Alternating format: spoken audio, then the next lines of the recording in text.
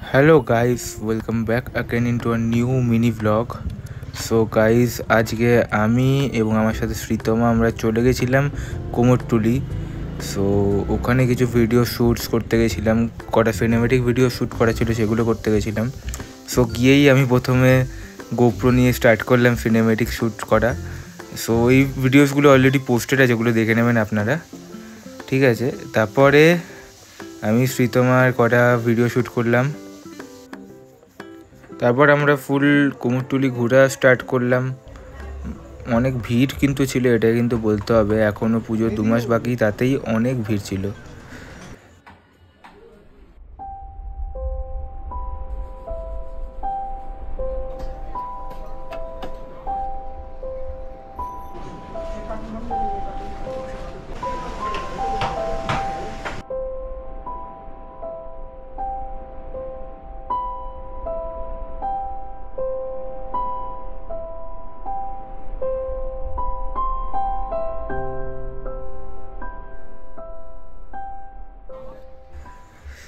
তো আজকের মতো ঘোরা শেষ। তারপরে আমরা বাইকে করে চলে গেলাম তন্দুরি হাউসে।